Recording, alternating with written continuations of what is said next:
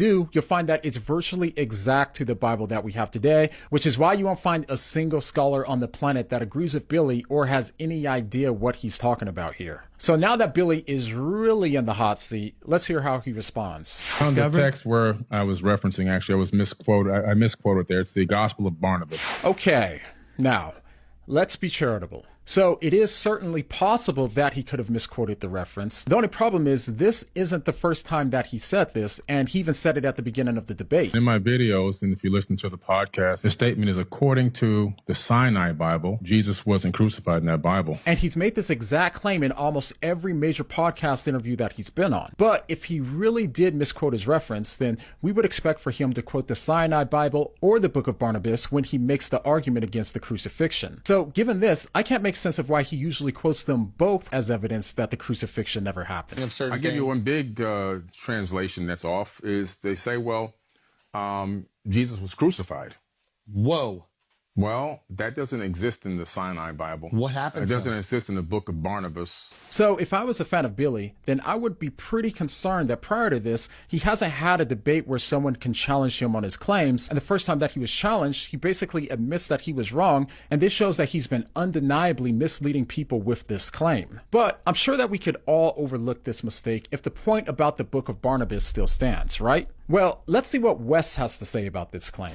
The Gospel of Barnabas is a really interesting document because it is a known forgery. It shows no actual indication of evidence of coming from or even having knowledge of first century Jewish understanding. And I think a bigger problem is that the Gospel of Barnabas actually paraphrases Dante's Inferno. Never mind the fact that we don't have any evidence of it prior to the 14th century, and none in any other language other than Middle Age Italian Italian and Spanish. Okay, now what Wes said there was incredibly important because the first piece of evidence that Billy gave in support of his claim that Jesus was never crucified was based on the claim that these books came before the King James Bible and didn't include the crucifixion. But the actual biblical texts that our Bibles are based on, they reference the crucifixion and go back to the 2nd century. So that means it's impossible for Billy to be correct about this since he cites the Sinai Bible that goes back to the 4th century and does reference the crucifixion. And the Book of Barnabas is more than 1,000 years later than the biblical manuscripts that we have. And it wasn't even written in Greek, but instead Italian and Spanish. And by the way, it was a proven forgery.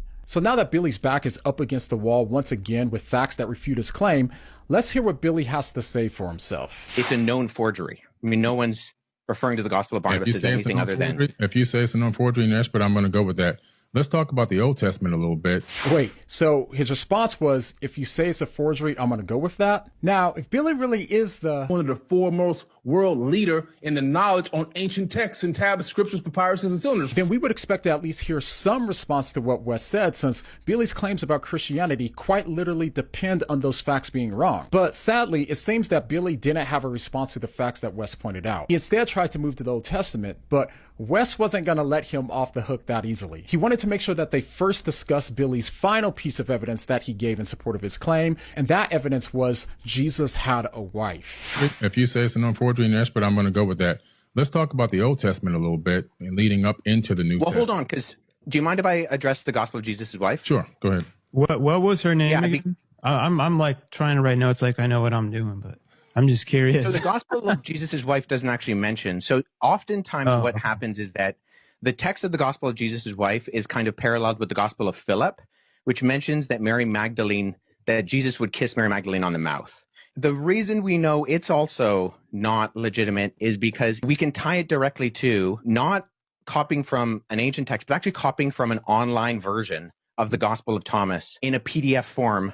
And the mistake on that PDF form was copied into the text that was borrowed in the phraseology of Jesus' wife. All right, so what Wes is saying here isn't some sort of claim that's hard to verify. You literally can't Google Jesus' wife without seeing tons of articles explaining exactly how all of this went down. This alleged inscription about Jesus' wife wasn't copied from an ancient text, but instead from a modern PDF of the Gospel of Thomas that had an error in it, and the forger accidentally copied the same error. So it's true that Harvard was initially fooled into believing that it was legit, only later to clarify that it was a forgery due to the reasons that Wes brought up. So unless Billy literally doesn't do any research, there's no doubt in my mind that Billy's aware of these facts. So the real question is, how is he going to refute these facts and respond to the claims? I don't know anybody in the field of papyrology, paleography, historiography, who actually refers to these documents as being legitimate. That's fair enough.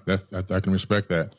So let's go into the Old Testament a little bit. So once again, Billy has no rebuttal and is trying to pivot to the Old Testament, despite him going on every major podcast telling people that this is evidence that Jesus had a wife. And just so we're all on the same page here, at this point, Billy has given 3 arguments that undermine the credibility of the Bible and the faith of Christians. His first argument was that the Sinai Bible doesn't mention that Jesus was crucified and that it came before the King James Version. But in reality, not only is there no such thing as the Sinai Bible, the codex that he's referring to does mention the crucifixion and is virtually exact with the Bible that we have today. The second piece of evidence that he gave was for the Book of Barnabas, which was written in Spanish and dated well over 1,000 years later than the biblical manuscripts that we have currently. And lastly, he appeals to the Gospel of Jesus' wife, which was actually just a small fragment that was a proven forgery. And to make matters worse, Billy didn't have a sufficient rebuttal to any of these claims. So at this point in the debate, Wes has successfully refuted every claim that Billy made with facts that anyone watching this video can easily go verify. So now we're all starting to see why Billy worked so hard to keep this video off of the internet. But after having all of his claims on the New Testament utterly demolished, Billy once again tries to pivot the conversation to a place where he seems to feel more confident in his research,